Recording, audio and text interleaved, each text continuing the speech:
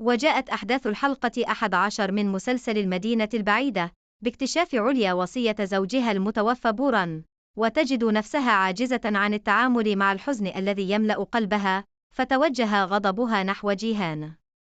ورغم محاولات جيهان العديدة لتهدئة عليا، إلا أن الأمور لا تصبح سهلة أبدا مثل كل مرة، خاصة أن علياء ترى أن ما فعله بوران خيانة ولا تستطيع النظر إليه بنفس الطريقة كما كانت من قبل. ومن ناحية أخرى، تبدأ ناري في الحيرة من جديد حول مشاعرها نحو شاهين، وعندما تعلم أن شاهين لم يأتي إليهم هاربا، تتدخل صداقات وتضع حد لعلاقتهم.